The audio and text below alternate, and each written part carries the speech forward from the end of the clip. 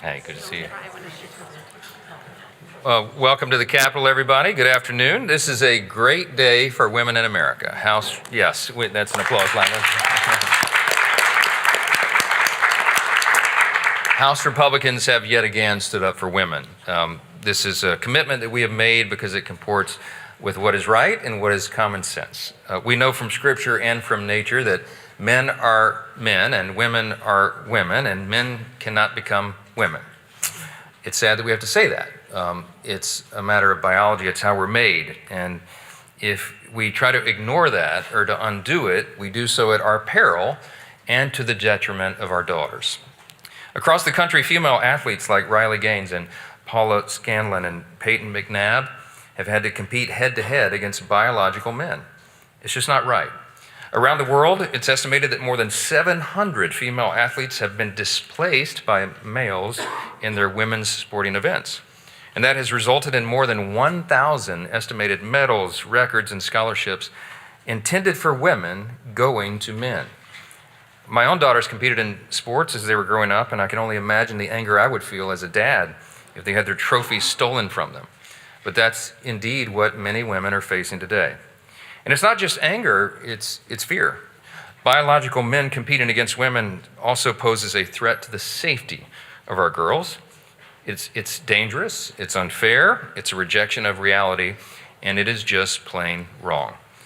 But today, the House voted to uphold common sense again. We voted to require all schools receiving federal funds to uphold the original meaning of Title IX and keep biological men out of women's sports. Last Congress, we voted on this legislation as well. We will note that not one single Democrat joined us. Today was an improvement. It's bipartisan. We had 2 Democrats join us.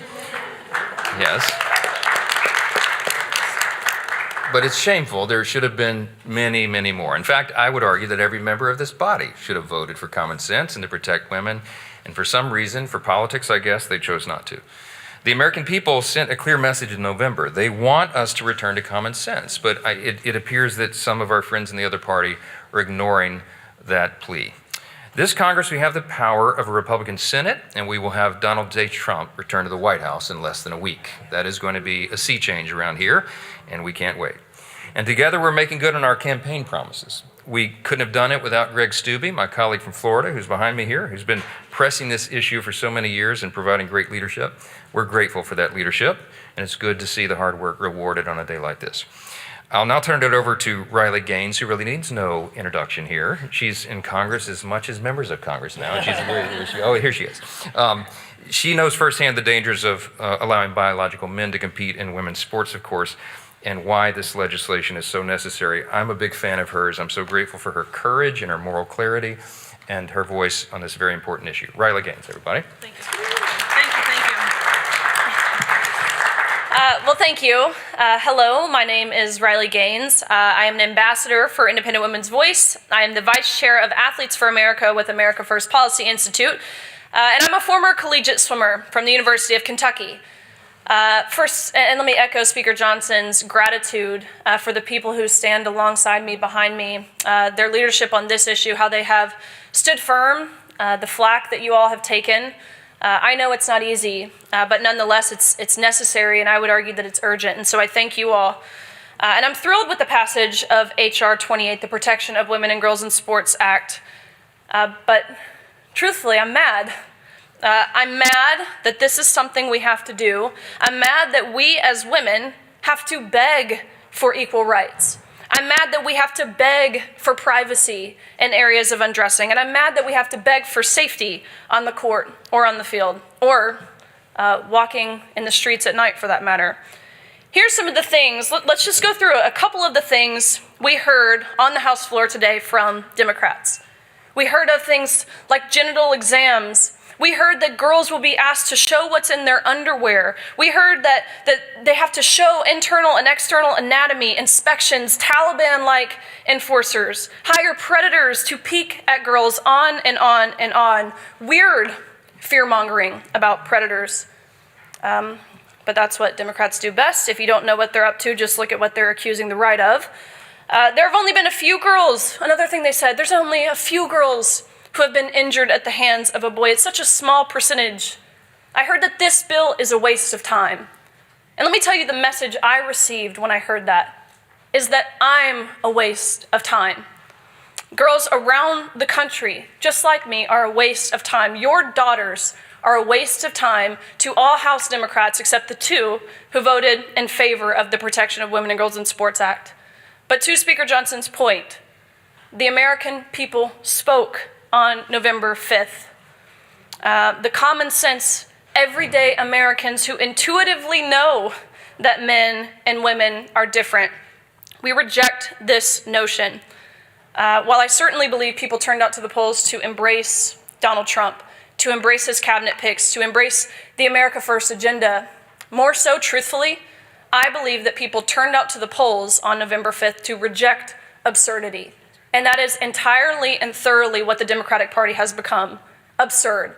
Whether it's feeling like you have to refer to Latino individuals as Latinx, believing that men can become women, believing that men can breastfeed, believing that tampons belong in boys' bathrooms, entirely and thoroughly absurd.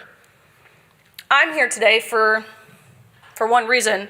Of course, I'm not here to speak on the policy, anything like that. I'm here to debunk every single thing you heard from the House Democrats today. I'm here to tell you that this isn't a hypothetical situation.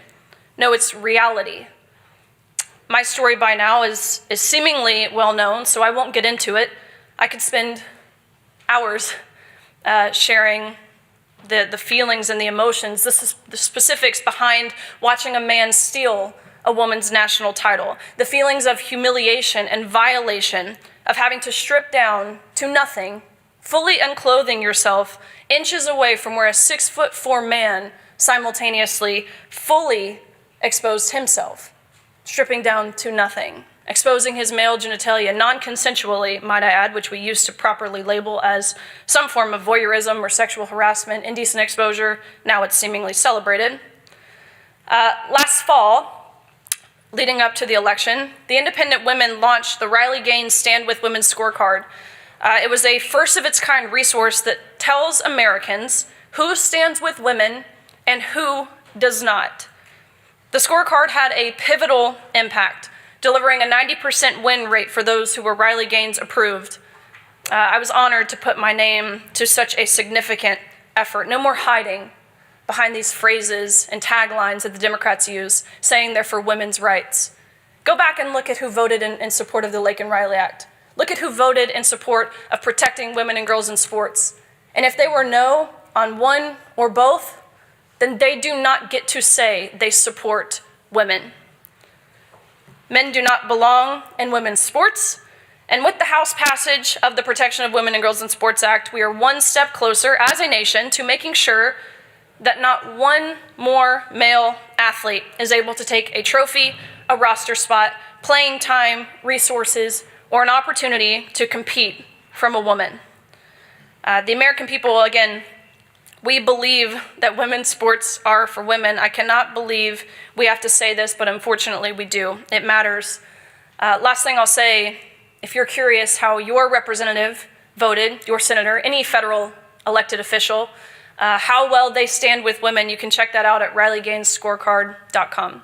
Again, appreciate you guys and appreciate the leadership of the people here standing beside me today. So thank you. So we'll take a few questions. I got a number of experts and supporters, legal experts. ADF is here and the Independent Women's Forum and all the supporters, many organizations involved in this great effort. Questions from the audience? Otherwise, this will be the easiest thing I do today. Yes, sir.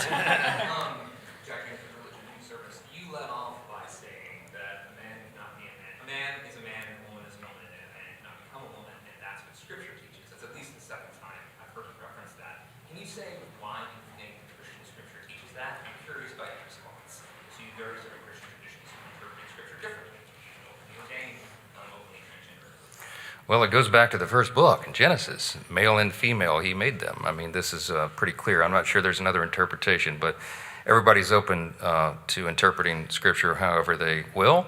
But this is comports with common sense as well. So we know it from our religious tradition, which I believe is the truth. I'm a Bible-believing Christian, make no apology about that.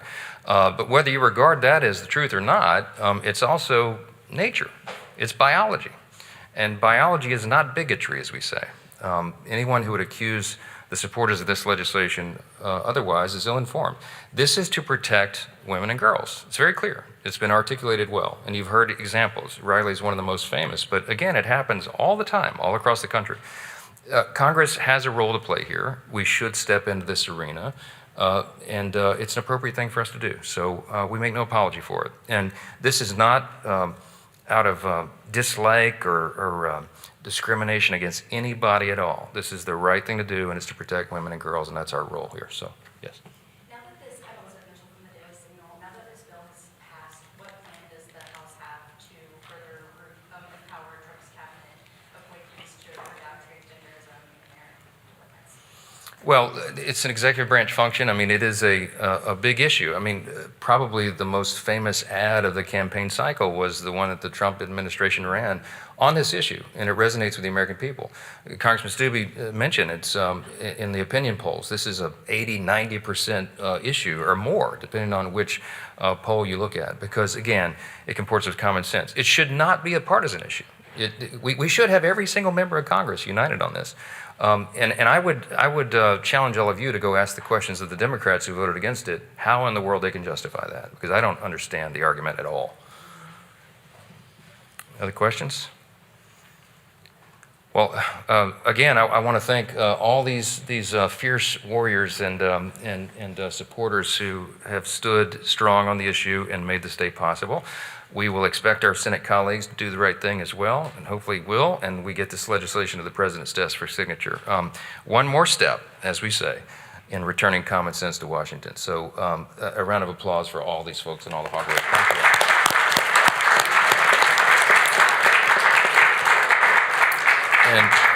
And thank you all for being here. God bless.